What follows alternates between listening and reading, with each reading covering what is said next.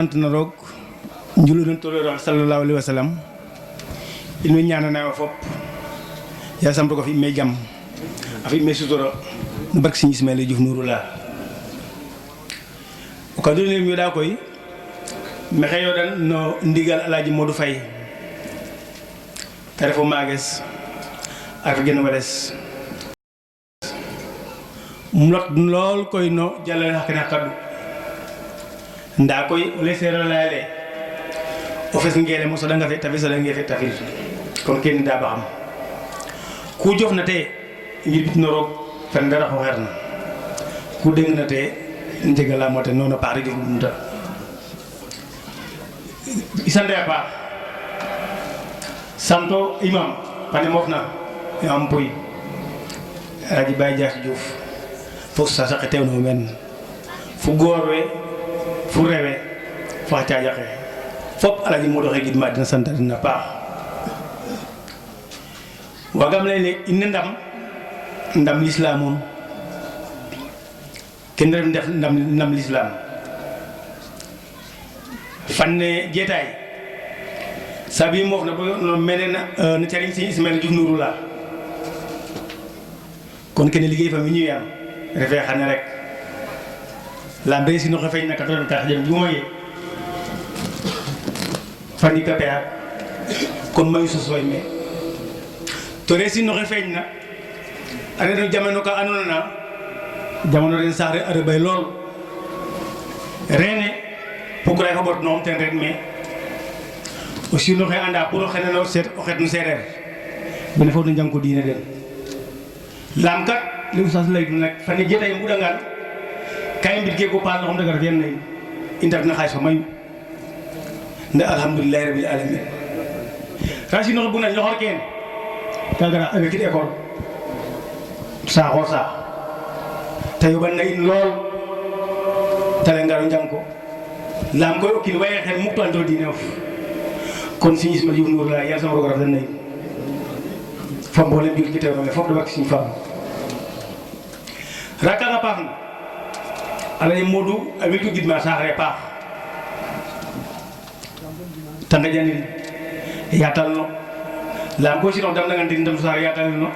kon te fum mene fel ken nda Alhaji ala ku dam saararete ku buna saararete kono gid mom ande mi tam nit na nda ande me fotna te da ko dam te ya rewen saare aji fayo to Alhaji Modou ñaal fo yeng képp ko Alhaji Modou bëgg na ñaal fo yeng waata lam koy Alhaji Modou ke tan wiini no hom ayono fa Alhaji Modou ka tegon dat siratal mustaqim to tigo taxom layin kay ndef fu ñaaj yono botol bo men ta fumum fum comme na may kategum dat siratal mustaqim ma wër na tegano o xana na njaaw nduluñ rata xodu njaaji ma tegin mana adam Serigne Ismaïla Diouf Nouroullah reni wiine Ismaïla yo njabde defa Serigne Ismaïla Diouf ta ngayo asaret aya ngayo abotir amba xwayo taloti rek ke kon itam boti no fa nit mege tawekit école bo école nanga no xom awekit daayira no xom asampit mene école ne o hido hid no xom ta gar no xom agar no xom charli si no xom afatli a rok afatli a win me rok fa yonent ne kon kay mum na no xom jegay kon Nouroullah ya xam ñi way to wad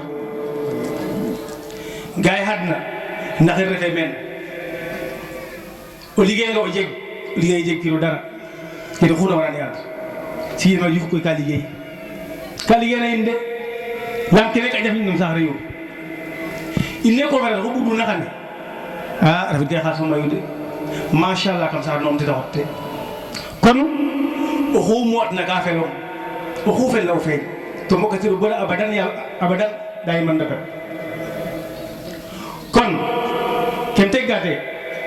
ali bodo xey gidma fu njaade ne paax a gidma den la ko mbadan en ngef nda wene a ngay Alhaji Modou Pastef to koy ambare su daayira no xontal jigete Pastef la ko def su daayira bu pare et bu ko mo yakal dalé den de man sa bu mi toujours ndax na école ne sa bu fu do am xey beera den nda ko roga bugna fe yone bu non tete defu la ko kine ci bay daayira bu pare arrêt na la yaxin dalé den de kon gacce ngalamu jaade iñan na den rog no katal ne dole na net wana gay o faax no xomiye moi o faax waye mo wener ci paw daayira ne alay modu kala den na xewal lu warna te no xom saswan mi to alay modu dage dude wana fop o bug lan koy xul na ci Ismaïla Diouf na la modu jofido ko def lu ino radio na ci Ismaïla Diouf modu no ka jufa ak to da la awaya waye jemi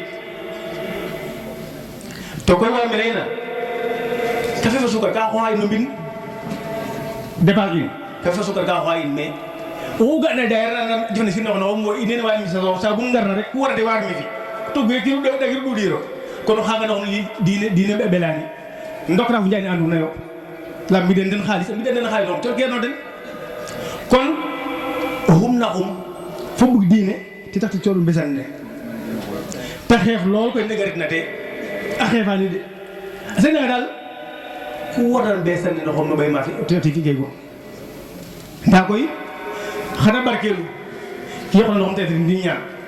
no fi anu le ti de yakaru adna ala khair tra ci Ismaïla yu nuru la